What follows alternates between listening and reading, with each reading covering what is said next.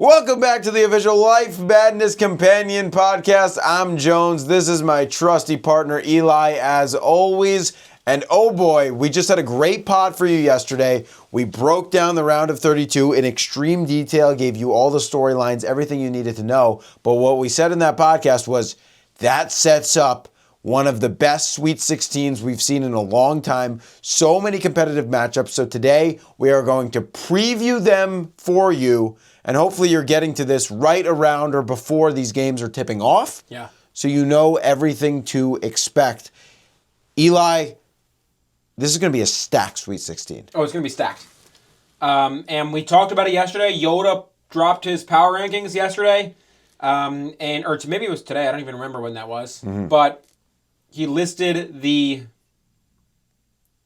power rankings of his top 16 teams. Yep.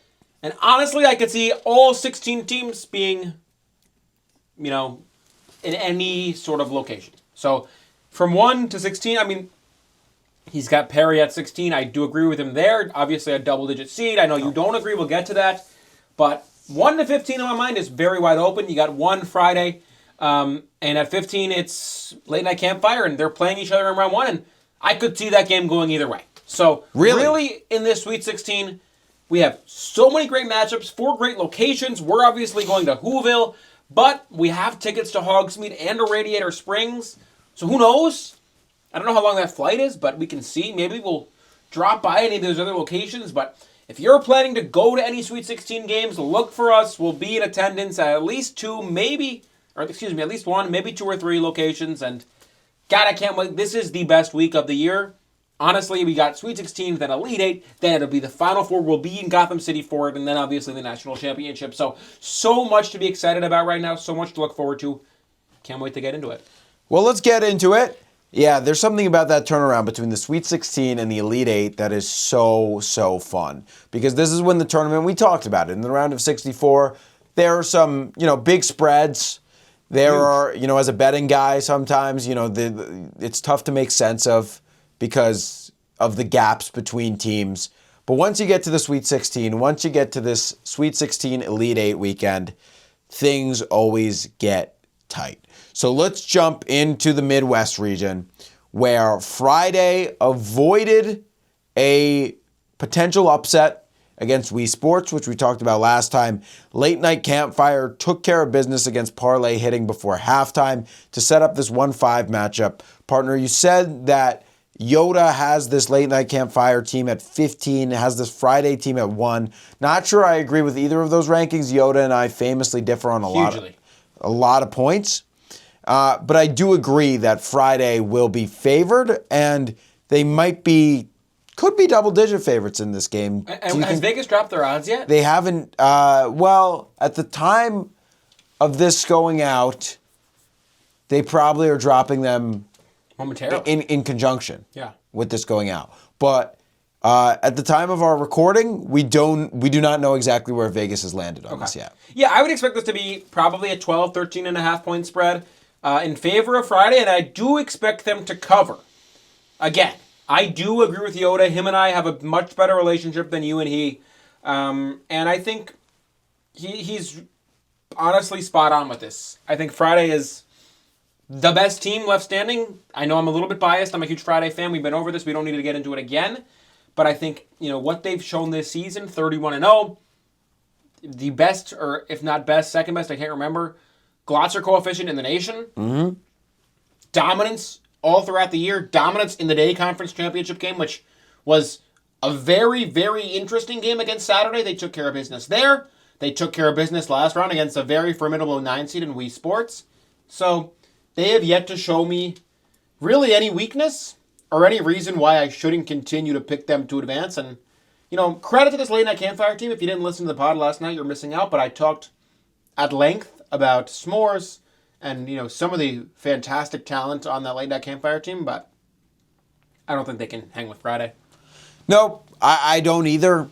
I think, like I said last round, Wii Sports had the best chance of beating Friday for a long time until Friday's potential Elite 8 clash with either first night of vacation or college. So I think Friday just played its toughest game and came out with flying colors, passed that test. With their colors. They were flying with their colors, which was lovely. And they'll be flying right over these embers. I don't think they'll have any problem with late night campfire. And we're picking every game, are we not? We're picking every game. That's how it works. So I think we're And we do get also a lock of the region and an upset of the region, I believe. So there's only 2 games. So every game has to be. So maybe it's just one. Maybe we get either a lock or an upset. Either a lock, or maybe it's a lock of the half and an upset of the half. Meaning 2 regions. Yes. The Midwest and the East, we'll combine them, and we'll combine the South and the West. Correct. Okay, let's do that. Well, I'm going to pick Friday in this first game. I'm not going to lock anything, although I do think it's virtually a lock, but it's not my lock. Friday over late night campfire, no problem. Okay, I'm locking them too. Messina, give us our joint lock. Wait, you didn't lock them. I didn't. Excuse me. You're locking them. Okay, I'm taking Friday. And this is my lock. Again, I agree with Yoda and his power rankings. Messina, give me my lock music. Lock of the half. Thank you. And a nice touch to modify it to say lock of the half region. This is why we love them. This is why we pay them the big bucks. Well, good modification, sir. Yeah, I think they're going to win this game, and they're my lock. And I think every other game, when I look definitely at this next game that we're going to talk about, but over to the East, those games are a little spicy. Let's get into this next game, Jones. Let's do it. A 3-2 matchup. Mm-hmm. And I believe this to be the only 3-2 matchup. In fact, I just did it in my head. Yes. It is the only 3-2 matchup. And is it the only chalk matchup? No, we have a 1-4. We have 1-1-4. A 1-4 and a 3-2. Yes. So this is one of 2 chalk Sweet 16 matchups. And what more could you ask for, quite candidly? Because this is going to be a phenomenal game. This is going to be an exhilarating game. I'm overjoyed to be there, and hopefully we can get to this game at Hogsmeade. I expect the brooms to be flying around, and Gringotts will be empty because people are going to be buying butter beers and everything they can to watch this game. Jones, how do you see it going? I don't even really need to ask because I know you love college, but let's look at this from the other way. Sure. First night of vacation, the 2 seed. I feel like they could be betting underdogs here. I do think college, despite being a 3, might be the favorite in this game. What does first night of vacation have to do in this one to give themselves a real chance? Yeah, they got to keep baggage in the game. They got to keep tiredness out of the game, right? It's really going to be these substitutions. We talked about in the round of 32, it comes down to good coaching, right? And it comes down to these key substitutions down the stretch. So if baggage doesn't get lost out there, which he does sometimes, if energy is playing for them, I think good things will happen for first night of vacation. I just don't talk about good coaching on the other side, and obviously everybody knows my affinity for college, my belief in this team, but I don't see how after cutting class, this college team could be looked down upon. I don't see after the way beer pong played in the last game, how they could be looked down upon. I don't see how after discovering yourself has really discovered themselves on the court for this college team, how this team could possibly fall apart. And that's why I don't know if this even counts. We'll count it because it's a seeding upset. But it's a seeding upset. So Messina, my upset of the region, music. Upset of the half. region. That's right, college, my upset of the half region. They are going to take down first night of vacation and have an inevitable date with Friday in the Elite Eight, where they will also win. Wow, and if we do get that college Friday showdown in the Elite Eight, we'll have to get to that game. I'm not exactly sure where it is. We'll be at that game. But we will 100% be at that. I mean, divided jerseys, divided houses. Yeah, that is going to be a rivalry. Absolute cinema, and I know I have to pick the game too, and I'm going to ride with you. I think college gets it done. We had some people in our live the other night talking a lot about how first night of vacation is better than college, but I just don't really see the path forward for them here. Look, they're a much smaller team, a much shorter team. They don't play as consistently as this college team, and, we talked about it yesterday too. Some bad players in this college team, they have not seen the court. I'm talking about class. I'm talking about student loans. I'm talking about student debt. Mm-hmm. Really bad players they've yet to get in the game. So as long as they can keep those guys out, keep them away from this team, I do indeed like the 3. So I'm on the 3 as well, Messina. So Jones and I, so far, same picks. Hey, That's on the same page. That's beautiful. Let's move over to the East now, Let's do it. where we have an interesting game that I predict. We should do a prediction segment. I predict this be your lock of the half region. But we'll see. My lock of the half region. Well, I assume. Well, are we doing a lock and an upset? We don't really know how it works. Let's make a decision right now. Sure. We can do that. Okay. So you have to, and I know what your upset's going There to be. we go. So we're in lockstep. So it's nice and And easy. we're upset step, too. Let's move over to the East, where we have 2 games in Radiator Springs. Again, we have tickets. We were offered tickets from our good friend Luigi. He likes us. He lives in Radiator Springs, and he's given us tickets. So maybe we'll go. And I saw some people saying, Radiator Springs, why is it getting the East Regional? It's out West. To that I say, That's life madness. that's life madness. These 2 games are going to be delectable, maybe glorious, maybe wonderful. Mm-hmm. They call them wonderful. They do. Summer Fling, Minecraft with the cousins. Is there a path for the 5 seed or no? 100% there's a path for the 5 seed. And again, I was not a believer in this 5 seed. I was the guy who picked House Music over them. True. I was a guy who picked Ghost Wipe over them. But I've changed my philosophy. Again, we talked about how head coach Steve has leveraged Creeper, who we were afraid was going to be a locker room problem. He's leveraged him to actually be a really great player, Eli. To actually be a player that his explosions result in good things for Minecraft with the cousins. So now they're here, and like I like to say, like Yoda likes to say, when you get to Sweet 16, completely different team you are. Yeah, that's what he said. And they're a completely different team than they were in the round of 64. Therefore, I can have a completely different opinion. Summer Fling, one of the weaker ones. All the 1 seeds survived, where we thought kind of the tier 1 ones are Friday and Destroying Bro and Fantasy. The tier 2 ones are Summer Fling and House Parties. Summer Fling and House Parties both survived the upset from the 9 seed. Drake, May, and Dog Greeting You at Your Door, respectively. Now in this Sweet 16, I do not think Summer Fling has a chance of surviving. Wow. Against Minecraft for the cousins. That's how much I believe in this team So are now. you locking or to upsetting? the point where It's confusing. I'm going to have to lock them, but it's a lock of an upset. Wow. Because I already used my upset of the region. Wow. Messina, play my lock music. Lock of the half. That's right. My lock of the region is Minecraft with the cousins, which is also an upset of the region, of the half region, that is, over Summer Fling.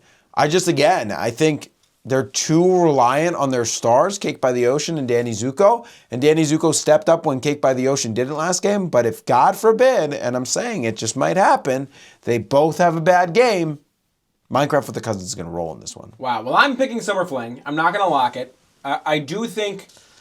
Look, I just disagree with, honestly, every single thing you said. Wow. Every single thing you said. Oh, my goodness. I disagree with. And I think that this is a great Summer Fling team, and I think people are disrespecting them, and frankly, I'm a little sick of the disrespect. Because what has this team done but come out and win games this season? And sure, not necessarily always the prettiest of wins, not necessarily the most dominant of wins, not necessarily even the most fun wins, right? They've had a lot of unfun, you could even say. But Jones, at the end of the day, Life Madness is about taking care of business, coming out of there with a win, and that's all this Summer Fling team has done week in, week out. And I see no reason to see that coming to an end here. And I look at this 5 seed. This is a team that really struggled against a 13 seed in Ghost Wipe. They barely took care of business there. And they were on upset watch early against the 12 seed House Parties too. So this is a 5 seed that has struggled in back-to-back games against a double-digit seed. I just haven't seen anything from them that makes me think they can even hang with a 1. So I'm not sure what the line's going to be, but I think I'd take Summer Fling anywhere up to probably minus 10.5. Oh, I think they'll be double-digit favorites, for sure. Yeah. Doesn't change my lock. You're a risky man. And Messina, can we get... Is this too much to ask of him? No. Can we get lock upset standings? Yes. Let's see. And maybe put a little voiceover right now, Messina. Messina, get on here and chime in and explain who is winning in the lock standings and who's winning in the upset standings for people at home. Wow. Have we been doing this? This is the first. Oh. So just... No, we've been doing the lock and upset. Oh, have we? Yeah. Okay. But I want to hear, let's hear the standings, Messina. Let's hear it. I would love to hear it. Moving down now, we have, which I think I know where you're going on this one. We have the number 6 seed Afternoon Nap. We have the number 2 seed PE Afternoon Nap on a nice little run. Took down Theme Parks in the last round. We know that they were finally able to get Siesta through JSA. That's, the equivalent of TSA in Jurassic Park. Where do we even start? Now with Siesta, this team is fully equipped. PE, we know, has a mix of good players and bad players. I initially picked PE to come out of this region. I think I feel differently now that Minecraft with the Cousins is playing as well as they are. I think I know where you're going, so why don't you go there? Yeah. Messina, play my music.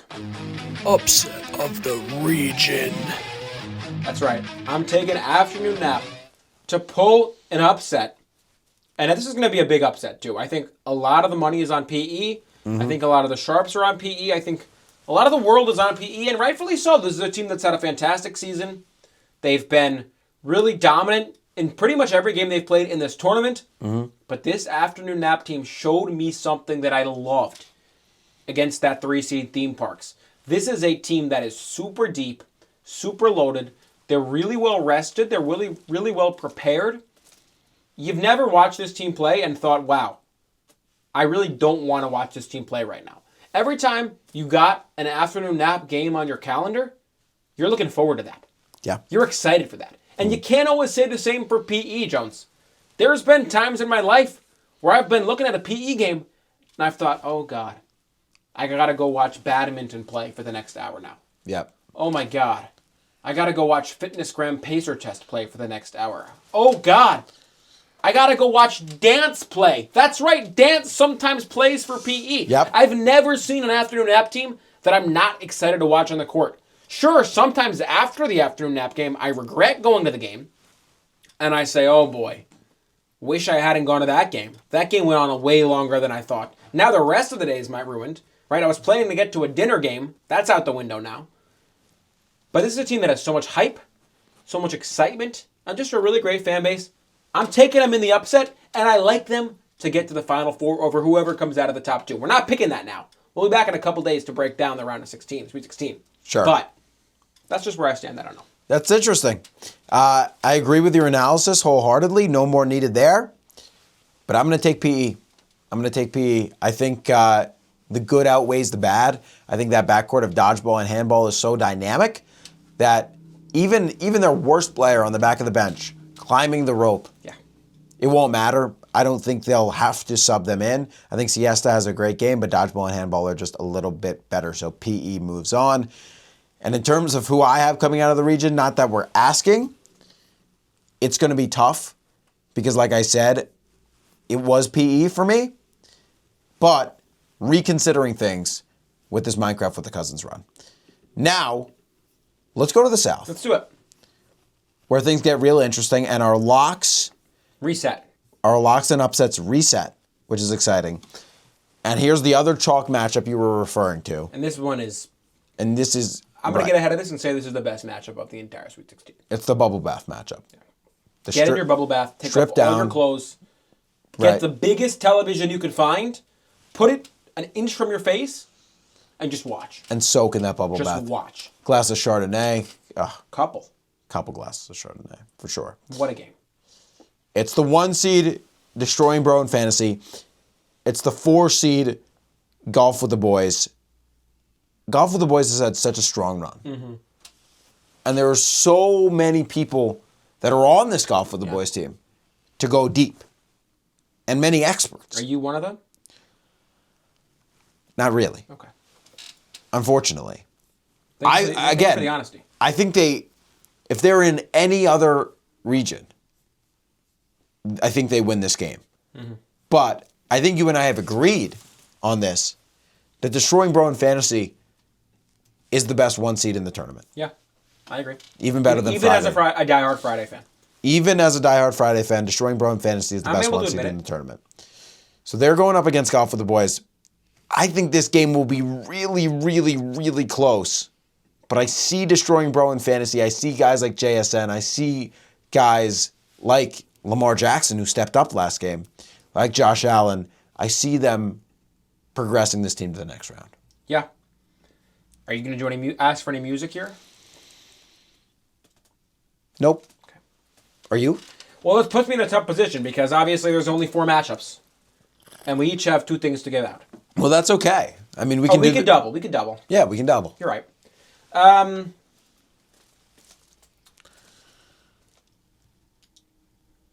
mean, look, I look at the other games here, and I think that honestly, like, I know this is the best game. Honestly, all 4 of the games we're about to get into, Jones, I could see being either way. So I'm kind of torn. I think I'm going to lock it. Lock it. Messina, give me my music. Lock of the half. Thank you kindly, sir. I got Destroying Bro Fantasy in a lock, and look, Golf with the Boys is a fantastic team. A fantastic team. I love them. You love them. We go to these games regularly together. It's one of the great honors of my life to be able to attend these games with you, but, you know, it's a bad matchup for them. And I think the problem here is they run very similar styles of ball. And players who play for one team are likely going to play for the other. And therefore I see, you know, kind of similar fan bases, and that is going to hurt one of the teams. And I think it's going to hurt Golf with the Boys because I think Destroying Bro in Fantasy is just such a powerhouse. They've had such a great season. I can't exactly remember their record. Messina, put their record on the screen. The record would be fantastic. I know they have a bad loss. They lost to Happiness, which... That's not a bad loss. Not a bad loss, but you probably should be winning that game. Other than that, I can't remember really any egregious losses, and I know they have a lot of great quad 1 wins. And I think this is another example of that. Meanwhile, I look at the Golf with the Boys team. Obviously, they play in a very competitive with the boys conference. They beat Trip with the boys. They beat Sleepover with the boys. They beat Late Night Gaming with the boys. They even beat last year's representative naming random athletes with the boys. Mm-hmm. Not an easy path by any means. Nope. But in my mind, they just don't have the experience, and they don't have the same talent level as, you know, Destroying Bro in Fantasy. Sure, Birdie's a great player. Does he really play enough? Same thing with Par. I think we've been really lucky in that these front 9 couple of games of this tournament, actually front 2 games. I don't know why I just said 9. Front 9. Yeah. Your mind's on the course. Yeah. Golf with the Boys has been lucky in that they haven't played triple bogey at all. They haven't gotten quadruple bogey, quintuple bogey, water hazard. You know, any of these guys, they've all sat on the bench. Yep. Inevitably, though, they get out there. And I worry that as this tournament goes on, every single game, better and better get the chances that we see one of those guys get in the game. That's what I worry happens here. And for that reason, I'm taking Destroying Bro in Fantasy in my lock, Jones. Let's move down. Or do you want to say something else? Well, I have to pick. Oh, my goodness. I mean, That's just... I mean, the manners are getting bad around here. I thought you picked the one. I do pick the one. Okay. Yep, but not a lock. Okay, yeah. No, I thought you already picked that. But let's now move down. We have number 11, Perry the Platypus, America's team, who everybody loves. Yeah, almost everybody. Almost everybody except you. I like him too. Just a lot of people in our comments that are hating on him. Well, Perry will be taking on, finally securing your crush, the BFC champions. And this is where I always said, I mean, you were saying last round, you know, parroting this idea that, oh, Ice Cream is going to take Perry down. But I was never concerned. I knew it was always going to be a rocky road for that Ice Cream team. But now it gets hard. Yeah. Because Perry will have to beat the BFC champions.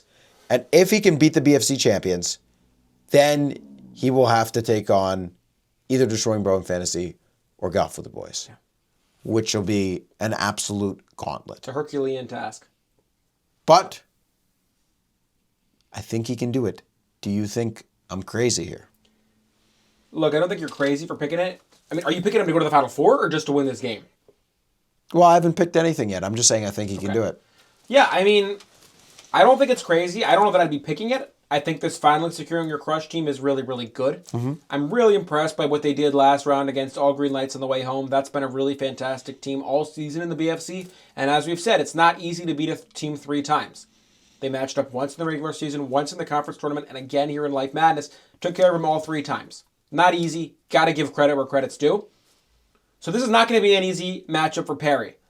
But Jones, that's not what I'm worried about. What are you worried about? We always say this about Life Madness. Do you know the quote I'm referring to? I do, but you should share it with the viewers. I think it was Obi-Wan that said this initially. Maybe it was... Might have been Michael Corleone. It was some... And I don't exactly remember the quote. Messina, if you remember the exact quote, put the exact quote on the screen. But it was something along the lines of, something that happens twice will always happen thrice. And that's what scares me with this Perry the Platypus team. 2 years in a row, they've went out in this round. They've won a dominant round 1 in an upset. They've gotten by a very good team in round 2 in a very close game, but another double-digit upset. And then they've had to go up against a top 2 seed in round 3, a team with championship aspirations, last year the eventual champion. Sure. And both of the previous instances, they've faltered. And they've lost. And they've gone home to that foe. And I see history once again repeating itself. An easy double-digit win in round 1. A tight game against a very good high seed in round 2 that they come out on the right side of. And now I see them staring down the barrel of this finally securing your crush team. A top 2 seed with championship aspirations. And again, Michael Corleone or Obi-Wan, whoever it was. Sure. That saying just rings strongly in my brain. I think there's a team that has yet to get over this hump. I think that's going to haunt them a little bit. Yeah, I think the biggest difference there, partner, is the last 2 years, Perry was a 12 seed. So inevitably ran into a 1 seed in this inevitable Sweet 16 game, where if he was the 12 seed in this region and somehow found his way to this game, first of all, he would already have a massive win. He would have a couple massive wins. Well, he has. I think he has now too. I don't think Ice Cream is a good win. It's a quad 1 win, obviously, but I think there are better teams. But he would be playing Destroying Bro in Fantasy right now, which I think might actually cost him his Life Madness life. But I think That'd be madness. That would be madness. But I think getting up to the 11 line this year, being slightly better, helps him extremely, and he will get it done. So Messina, play my upset music. Upset of the region. That is right. Finally securing your crush, sitting on a toilet that doesn't even flush, eating very bad prison food that you might call mush. Perry in 5. Wow. Yep. Perry is going to take down finally securing your crush. It doesn't matter that they're the 2 seed, and he's going to go on to play Destroying Bro in Fantasy in what is going to be the game of the tournament. Yeah, I wouldn't be angry. I would not be angry at all, and I know I have this reputation of being a Perry hater or a non-believer or a doubter, and I want to just put that to bed right now. It's not true. I respect this Perry team greatly. I like this Perry team. I root for them. I'm happy when they pull upsets. I'm just a realist, Jones. Yep. I consider myself to be a logical thinker and somebody who, is able to see the field of play and take emotions out of the equation. And I think their road's going to come to an end. I think this finally securing your crush team is so good. This is the prediction that I made before the tournament. Mm-hmm. And I'm going to stick to my guns. I'm going to take the 2 seed to take down Perry the Platypus. Ugh. Would break my heart, would break the hearts of everybody in King's Landing who saw him play. Would break the hearts of everybody in Mushroom Kingdom who's going to see this game happen. And it would break the hearts of, I'm sure, many of the millions of you listening at home. But that's how I see it.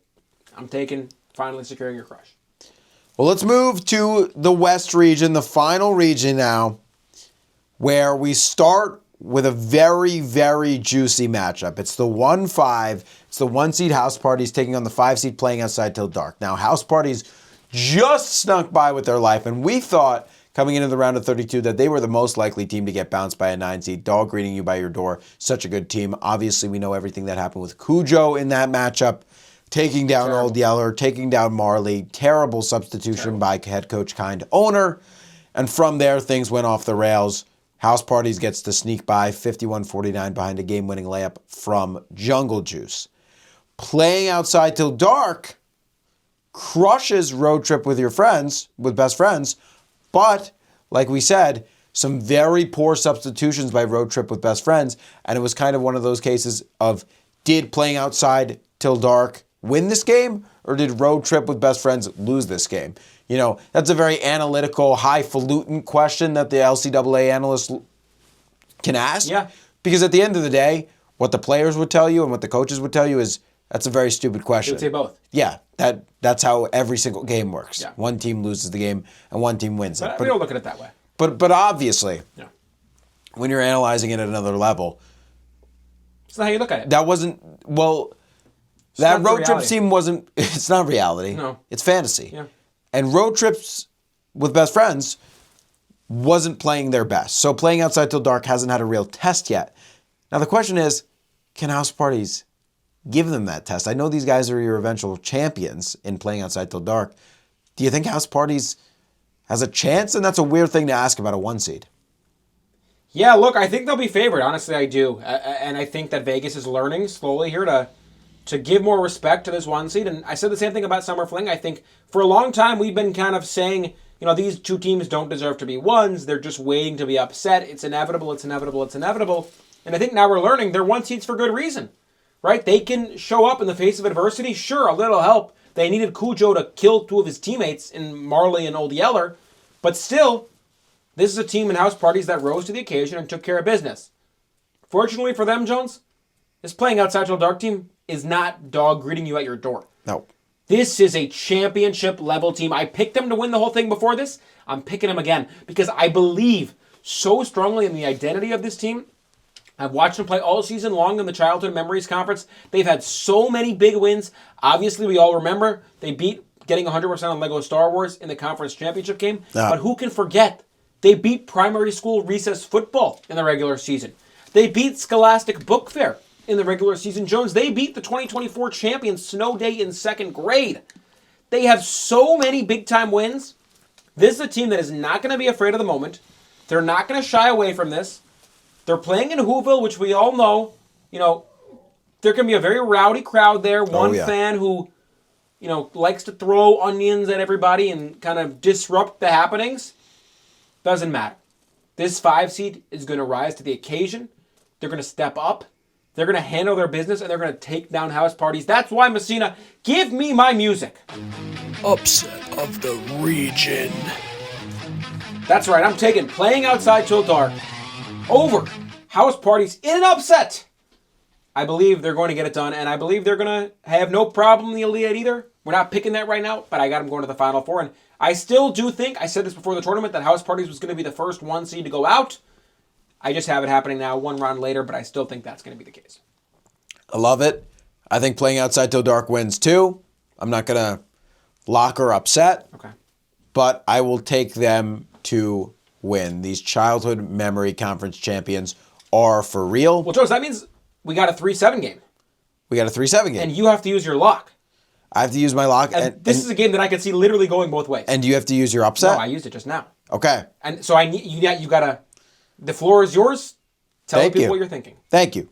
Well, yes, Eli teed it up perfectly. The final game of the region, number 3, The Beach, taking on number 7, Payday. Now, how did we get here? Well, Joke Makes Teacher Laugh had an absolutely just terrible showing. You know, Joke reading you at your door playing. We talked about that whole scandal in the last pod. If you're not up to date on that, make sure you listen to the last pod. I guess after you listen to this, because you may as well finish out this pod at this point. Yeah, we're far enough along. We're far enough along that you've been on the journey. And then subbing in just unfunny, unentertaining players. And the Beach beats them 64-36. And then Payday just beats Your Parents Aren't Home text 51-49. That was an eventful game, and I had Your Parents Aren't Going Home text going pretty deep. So, I'm not happy with Payday. But they did knock out crewmate number 3. But they did knock out crewmate number 3, which made me a very happy camper. And still makes me smile to this day. Yeah, this game is going to be tight. Both very joyful teams. I haven't heard a lot of criticism about either of these rosters. I will say, under the bright lights, it's going to come down to Benjamin Franklin versus Umbrella. But Umbrella just a little bit better at covering those lights, partner. So, Messina, play my music. Lock of the half. That's right. Jones's lock of the half region is the Beach over Payday. The Beach, quietly a 3 seed that hasn't gotten a lot of hype. I don't think has gotten a lot of credit for what they've done so far, but they've been on just kind of a different wave as of late. And I think they'll be really good. I think they'll surf right past Payday into the Elite Eight. This is the least talked about 3 seed and least talked about probably good blue blood team in Life Madness. You're spot on. I mean, this is a team that people are forgetting about. I think it was Frank Michael Smith picked him to win the whole thing, but aside from him, I haven't really seen anybody even giving this team any flowers, and that's always when you have to be scared as an LCAA analyst, because we have a lot of flowers to give, and when we don't give flowers, you run the risk. I follow the Beach on Instagram. I'm sure you do too. Sure. They post all the time pictures of us, our takes and everything, just clowning us and making fun of us. So you got to be careful. Teams like this that go under the radar, they have a little chip on their shoulder. Yep. I can see that happening here. Are you concerned that mathematically and legally speaking, this has to be your lock? Because this is probably going to be a pick'em, I'd say, from Vegas. I would say this one's going to be as close to a pick'em as possible. No, I'm not worried. I don't know where I stand in the lock standings. And Messina, you probably want to flash those standings again right now, the lock upset standings. But no matter where Messina claims I am, I feel good about where I'm at. Good. I have confidence in where I'm at. So, yeah, did I have to lock this game? Sure. Yeah. But I could have locked Payday. Yeah. Right? I've showed in the past that I'm fine with locking upsets. I did it You broke precedent. I did it 14 minutes ago. Yeah. So I could do it right now. But I'm taking the Beach. I think they're the slightly better club. And I think you're going to go the other way. Yeah, I think you're right. I think I'm taking Payday. And I honestly forgot I had to pick this game. Yeah, you do. In the whirlwind of you doing that whole thing, I got so locked in. I was in a trance. Entranced. I forgot I had to pick this game, but I think I am going to take Payday. I think this is a 7 seed that is probably the most talented 7 seed we've seen in a very long time. And I think it's a good matchup for them. I know you mentioned there's not a whole lot of weaknesses on this Beach team. I don't like Sand. I don't like Riptide. I don't like Shark. Yep. Right there. And I don't like Sunburn. Those are 4 guys. Sure, not all of them start at the same time. Not all of them even play. I don't think Shark's ever gotten in the game that I've been watching. Thank goodness. Thank goodness. But, you're always going to get at least one of those guys in there. And Sand, he's the ball handler. Yep. So, if he's not playing well, if he's playing too much, it's a tough watch. And I'm a big fan of Sand. I know. That's why, yeah. That's where we differ. Your house, you have a lot of sand in your house. I have none. Yep. I got a sand jersey. Yeah. When you come to my house, you're usually covered in sand. Usually. And I make you take off all of your sand-covered stuff, which gets a little weird sometimes. Right, because I am in the nude then. Yes. So And sometimes Eli asks me to take off my clothes when there's no sand on. And then that's just even weirder. It gets strange Yeah. fast. We apologize for giving you that window into our personal lives. Yeah. This is just a broadcasting session here. But anyway, Jones, how are we feeling about this Sweet 16? We feel amazing. Like we said, one of the most competitive Sweet 16s in a long time. Maybe ever. This 1-4 matchup between Destroying Bro and Fantasy and Golf with the Boys I can't wait for. I can't wait for this 11-2 Perry and finally securing your crush. I think this Minecraft versus Summer Fling has a lot of appeal to it. I mean, every game, like you said, even the double-digit favorite games, we could legitimately see a world where they go either way. And that's something special that Life Madness brings you. It's truly beautiful. These are some of the best games I've ever seen. I can't wait to be in Whoville. Are we going to try to get to Hogsmeade and Radiator Springs? You think it's going to work out? I think we should at least go to Hogsmeade just because I know you want to see Friday play. I do. I know I really want to see College play. And I think those games are on the same day. Yeah. In Hogsmeade and Radiator. So we can't even go to both. So we may as well just go to Hogsmeade. All right, let's go to Hogsmeade. All right, we're going to Hogsmeade. We just decided We're going here. to Hogsmeade, and somebody texted me. I don't know if you saw this. Somebody said they had an extra ticket to Hogsmeade. Really? So we can go, but he said we got to sort our own Hogwarts Express there.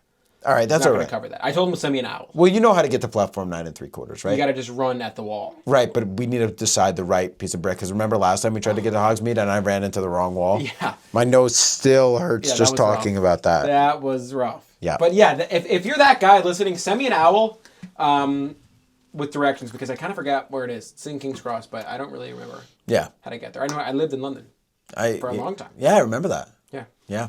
Got it on my desk. Oh, it's beautiful. But I don't remember exactly how to get to King's Cross. But yeah, we'll be at Hogsmeade. We just decided. So we just decided if you're on in there. Hogsmeade, That's what we do. come see us. Come say what's up, and then we're gonna have to fly to Whoville very shortly after. Maybe we can get a hippogriff or something to take us Yeah. there. Something mythical. Yeah. That would be nice. Okay. Well, this has been lovely, partner. Truly enjoyable. The Life Madness, official Life Madness podcast. This was our preview of the Sweet 16. Yep. When do we come back next? We'll be back here on Tuesday, recapping the Sweet 16. We're recapping the Sweet 16. We'll preview the Elite 8. That'll be Wednesday. That'll be Wednesday. Oh, And goodness. we'll be recapping the Elite 8 on Friday. And then we'll be previewing on Saturday the Final Four. And then we'll be recapping that Sunday. And then we'll be previewing the Natty on Monday. We got so much. We'll be back so My much. goodness, we have so much podcasting It's to crazy. do. Almost every day. It's You're going to be sick of us. you're gonna be sick of us. I'm going to be sick of We're us. gonna be sick of us. But it's all fantastic. That's beautiful. And wherever you are, in your car, in your plane, in your Waymo, in your submarine, in your man Submersible. cave, Yeah. right? Bath. Somewhere on your broomstick. Yeah. Hogsmeade even. We hope you loved this preview of the Sweet 16, We love you. and we love you more. That's Eli. I'm Jones. And boy, do we have some great content coming down the line for you. Life Madness Sweet 16. Here we go.